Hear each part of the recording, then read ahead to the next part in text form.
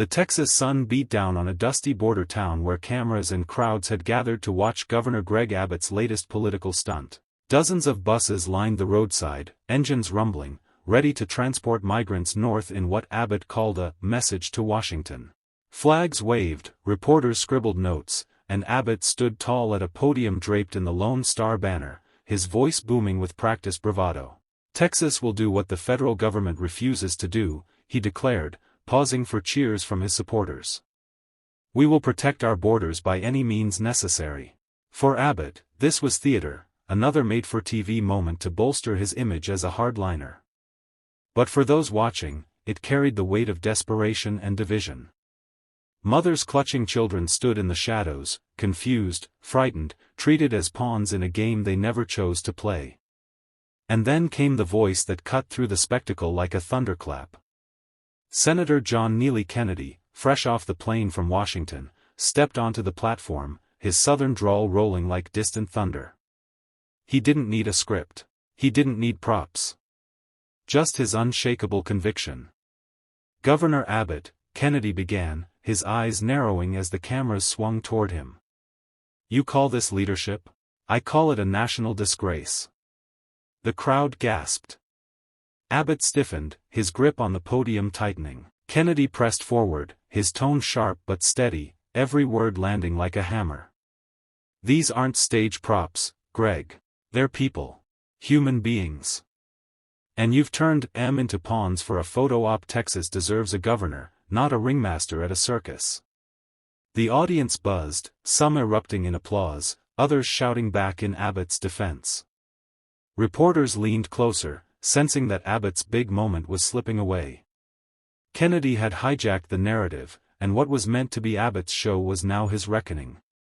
Abbott's jaw tightened as he tried to mask his irritation, flashing a stiff smile for the cameras. He raised a hand, gesturing toward Kennedy as though brushing him aside.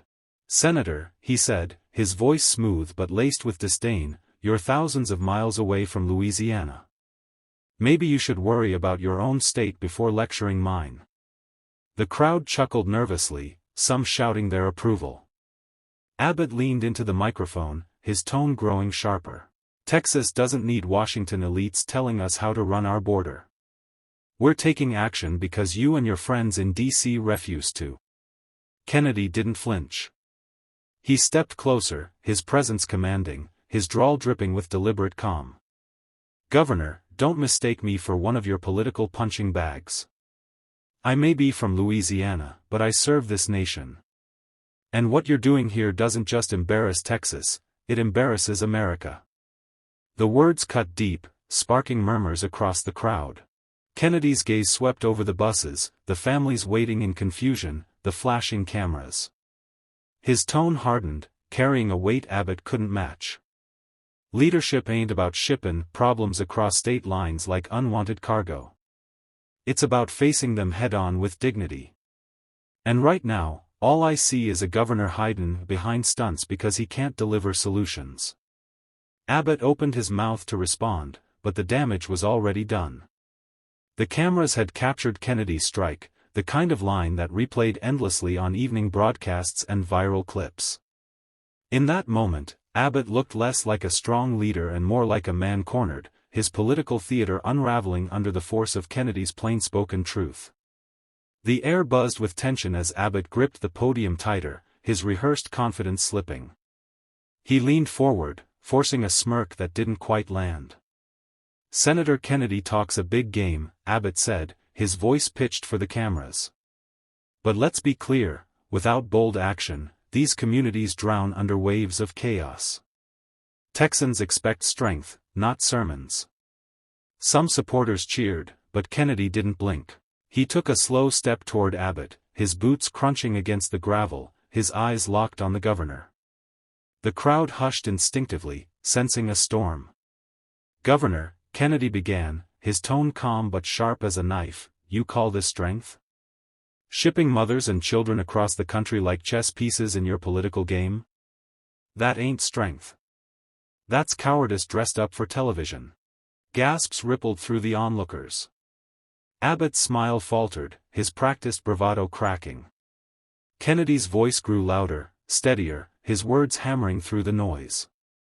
Real strength means facing the problem, not using people as pawns to boost your poll numbers. You ain't protecting Texas. You're protecting your own ambition, and the whole country can see it plain as day. The cameras swung back and forth between the two men, capturing Abbott's reddening face and Kennedy's unshakable resolve. Even some of Abbott's supporters shifted uneasily, realizing that Kennedy's words weren't just cutting Abbott, they were exposing the cruelty of the spectacle itself. Kennedy turned to the crowd, lifting his hand as if to steady the atmosphere. America doesn't need circus tricks.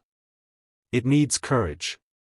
And if this is your idea of leadership, Governor, then Texas deserves better.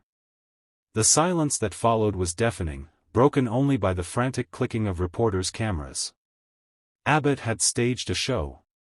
But Kennedy had stolen the spotlight. Abbott's eyes narrowed, his voice rising with a flash of anger. Senator, you don't live here. You don't see the strain our border towns are under. You sit in Washington and point fingers while Texans carry the burden every single day. His hand slammed against the podium for emphasis, the sound echoing through the tense crowd. But Kennedy didn't flinch. He adjusted his tie with slow deliberation, then leaned into the microphone with that familiar drawl that could cut through steel. Governor, don't confuse geography with truth. I may live in Louisiana, but I've met the families on this border. I've talked to the officers who risk their lives every day. And not one of them told me the solution was shipping women and kids around like cattle on buses. The audience gasped at the bluntness, reporters nearly falling over themselves to capture every word. Abbott shifted uncomfortably, sweat beginning to bead at his temple under the relentless Texas sun. Kennedy's tone sharpened further, his words slicing Abbott's defense to ribbons. You want to talk about burden? The real burden is when leadership fails. When governors play politics instead of solving problems. You think Texans don't notice that? They do. And so does America. A murmur rolled through the crowd, some nodding, others whispering as Abbott's facade cracked. For the first time, the governor looked less like the master of ceremonies and more like the man on trial. Kennedy took a final step closer, his presence unshakable. Here's the truth, Governor. Strong men don't hide behind stunts. They face problems with courage. And right now, you look less like a leader and more like a politician desperate for applause. The silence that followed was heavier than any shout. Even Abbott's allies could feel the tide turning. Abbott forced a grin, but his voice betrayed the strain. Senator Kennedy wants to lecture Texas, but he offers no solutions. All talk, no action. That's Washington for you. He gestured dramatically toward the buses, trying to reclaim control. These vehicles are proof that Texas acts while D.C. dithers. Kennedy didn't let him finish. He raised his hand, and the murmuring crowd went quiet. His voice came slow, deliberate, every word heavy as a gavel. Governor, if buses full of frightened families are your proof of leadership, then you've already failed the test. The crowd stirred, reporters leaning forward as Kennedy's words pierced the air. His gaze swept the scene, the buses, the mothers clutching children, the supporters shifting uncomfortably under the weight of the truth. You want solutions? I'll give you one, Kennedy said, his tone rising with conviction. Invest in our officers. Work with our neighbors. Strengthen the system instead of staging photo ops. That's leadership. What you're doing out here, this is theater. And it's a disgrace to the flag you draped behind that podium. The impact was immediate. Applause erupted from parts of the crowd that Abbott thought he owned. Even a few of his supporters couldn't hold back, clapping at Kennedy's blunt honesty. Abbott's face tightened, his jaw locked, but Kennedy pressed forward. America is watching, Governor, Kennedy said, lowering his voice but sharpening his tone. And when they see this stunt, they don't see strength. They see weakness dressed up in a cowboy hat. The line landed like a thunderbolt. Abbott froze, and the crowd exploded, half cheering, half jeering, but all on fire. Kennedy had just rewritten the headline Abbott thought he owned. Abbott's grip on the podium turned white-knuckled, his voice now edged with desperation. You think it's weakness to defend Texans? You think it's weakness to stand up when Washington fails us? His tone rose, but it sounded more like protest than command. Kennedy stepped forward, calm as ever, his presence radiating control. He let Abbott's words hang in the hot Texas air before replying. Governor, don't twist my words. Defending Texans is noble. Exploiting them is shameful. And what you're doing here is exploitation, plain and simple. The audience buzzed, their energy shifting with every syllable. Kennedy raised his hand, pointing toward the line of buses, his voice rolling like thunder. These aren't symbols of strength. They're billboards for your ambition. You're not protecting Texans. You're protecting your poll numbers. Abbott shifted, visibly rattled, trying to interject, but Kennedy didn't give him the chance. His words flowed steady, each one sharper than the last. You call it bold action. I call it desperation. A man confident in his leadership doesn't need stunts. He delivers results. And right now, Governor, all I see is a politician terrified of being forgotten. The crowd roared, some clapping, some shouting, but all electrified by the spectacle. Cameras zoomed in on Abbott's face, the frustration etched deep, while Kennedy stood tall, composed, unflinching. Kennedy's final line struck with brutal clarity. History won't remember how many buses you filled, Greg. It'll remember that when families needed a leader, all they got was a showman. The words echoed, impossible to ignore, sinking into the ears of every listener. Abbott's grand display had been flipped upside down, turned into a moment of humiliation under Kennedy's unrelenting fire. Abbott's staffers shifted nervously at the edge of the stage, whispering among themselves as the governor's performance unraveled. His eyes darted toward them, searching for reassurance, but Kennedy's voice drowned out every distraction.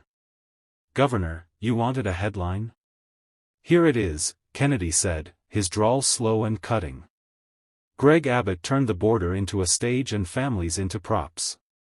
That ain't leadership, it's a disgrace. The crowd erupted, half cheering, half booing, but every camera captured Kennedy's words in high definition. Reporters scribbled furiously, knowing they'd just found their lead. Abbott raised his hand, desperate to recover. Senator Kennedy talks about disgrace, but let me remind everyone here, Louisiana hasn't fixed a single border problem. Maybe the senator should clean his own house before he criticizes mine. Kennedy tilted his head, a small smile tugging at the corner of his mouth. The kind of smile that meant he'd been handed a gift. Governor, you keep pointing at Louisiana like it's your shield. But here's the problem, you're the one who invited the cameras. You're the one who staged this circus. And you're the one who just got caught trying to cover failure with spectacle. The audience gasped, the words slicing deeper than Abbott expected. Kennedy's tone hardened, his presence filling the stage. You think Texans are blind? They see the truth. And when you hide behind stunts instead of solutions, they see a governor more interested in headlines than humanity. Abbott's shoulders stiffened, his voice stuck in his throat as the crowd roared again. Kennedy had seized the narrative completely. What began as Abbott's carefully orchestrated photo op had transformed into a public reckoning, and Kennedy was writing the script. Abbott tried to steady himself, gripping the podium like it was the last anchor keeping him upright. His voice came low, forced, lacking the fire it carried at the start. Senator Kennedy doesn't understand. Texans live this crisis every day. We can't wait for Washington to act. Kennedy shook his head slowly, his gaze cutting straight through the governor. Governor, I understand more than you think. But here's the difference, you treat the crisis like a stage play. I treat it like lives are on the line. And that's why people trust me more than they'll ever trust you. The crowd's reaction was instant, a wave of cheers that drowned out Abbott's attempt to respond. Kennedy pressed forward, his tone rising with conviction, each word striking like a hammer. You say Texas can't wait. I say Texas can't afford your games. Every bus you fill, every camera you invite, every speech you dress up in cowboy talk, it all makes you look smaller, not stronger. Reporters captured every angle, every sharp glance. Abbott's face flushed under the lights, his practiced control collapsing. Kennedy's presence loomed larger, commanding the scene. Governor, Kennedy said, his drawl dripping with disdain, real leaders don't need stunts. They earn respect through courage and results. You're stuck playing cowboy while the real work goes undone. The audience erupted again, some clapping so hard their hands stung. Abbott's allies tried to shout over the noise, but the energy belonged to Kennedy now. The governor had been outmaneuvered, his border stunt hijacked and dismantled in front of the nation. Abbott's face was tight, the corner of his mouth twitching as he struggled to hold back his frustration. He leaned toward the microphone, trying to sound firm, but his voice cracked under the pressure. Senator, you can hurl insults all day, but Texans know I'm fighting for them. They know I'm the only one willing to take bold action. Kennedy stepped forward, his presence towering even without raising his voice. His drawl rolled out steady, slicing Abbott's claim apart. Governor, bold action is buildin' solutions. What you're doin' is buildin' headlines. And Texans are smart enough to tell the difference. The audience buzzed, some nodding, others whispering, all caught in the gravity of Kennedy's words. Abbott looked smaller by the second, his grip on the crowd slipping away. Kennedy pressed harder, his voice now thunderous, commanding the stage. You say Texans know you're fightin' for them? Let me tell you what they really know. They know you've turned this crisis into a prop. They know you've made Texas a punchline on national news. And they know that when the lights go out and the cameras leave, they're the ones left with the mess you created. The cheers that followed shook the ground. Reporters jostled for better angles, their headlines already forming. Abbott's show had turned into his humiliation, and Kennedy had delivered the blow. Governor, Kennedy finished, his tone sharp as steel, history won't remember your stunts. It'll remember that when leadership was needed, you chose theater. And no cowboy hat big enough will cover that truth. The crowd erupted again, Abbott visibly shrinking behind his podium, his photo op shattered beyond repair. The crowd's roar still echoed when Kennedy leaned back from the podium, his gaze steady, his presence unshaken. Abbott looked cornered, his face red, his chest rising and falling with frustration. The photo op he had orchestrated had turned into a battlefield, and Kennedy had claimed victory. Reporters shouted questions, their cameras flashing like lightning, but Kennedy ignored them, keeping his focus on Abbott. His final words cut through the chaos with a clarity that silenced the entire stage. Governor Abbott wanted a stunt. What he got was the truth. And the truth is this: America doesn't need more showmen. It needs leaders. Leaders who don't hide behind props or buses or headlines. Leaders who tell it straight and do the work. Until Texas gets that, it'll stay stuck in this same sorry loop. The crowd broke into applause so thunderous it drowned out Abbott's last attempt to speak. Kennedy didn't wait for the governor's response. He stepped away from the microphone, his stride steady, leaving Abbott frozen behind the podium.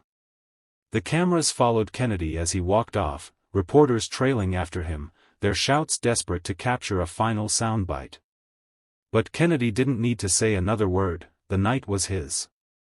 Abbott's grand performance had collapsed under the weight of Kennedy's unrelenting fire. For those watching live, it was unforgettable, a governor humiliated, a senator triumphant, and a nation reminded of the power of plain-spoken truth over political theater. Kennedy had called it exactly what it was, a national disgrace. And no amount of spin could change that. Tonight, we saw the difference between a governor chasing headlines and a senator standing for truth. Greg Abbott tried to turn families into props, but John Kennedy tore that illusion apart with plain, unshakable honesty. This wasn't just a clash of words, it was a lesson. Real leadership doesn't come from buses, photo ops, or stunts. It comes from courage, from integrity, from the willingness to face problems head-on without hiding behind theatrics. Abbott wanted the spotlight. Kennedy left with the respect. And when history writes this chapter, it won't remember Abbott's stage, it'll remember Kennedy's stand.